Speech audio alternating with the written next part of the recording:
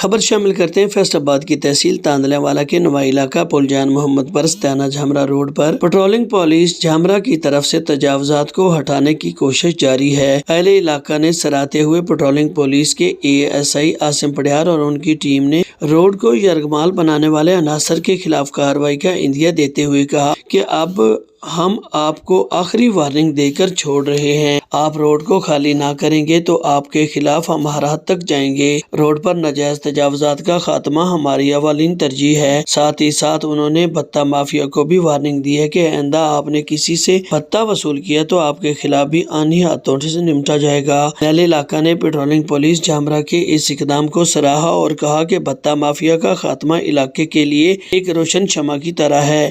یہ مافیا لوگوں کے بچوں کا حق چھین کر عیاشیاں کرتے ہیں اور ساتھ دھمکیاں لگاتے ہیں کہ اگر آپ نے ہمیں روزانہ کی بنیاد پر بھتہ نہ دیا تو ہم آپ کے بچوں کا رزق چھین لیں گے۔ ان کے خلاف پیٹرولنگ ہائی وے پوسٹ جھمرا نے کارروائیاں شروع کر دیں۔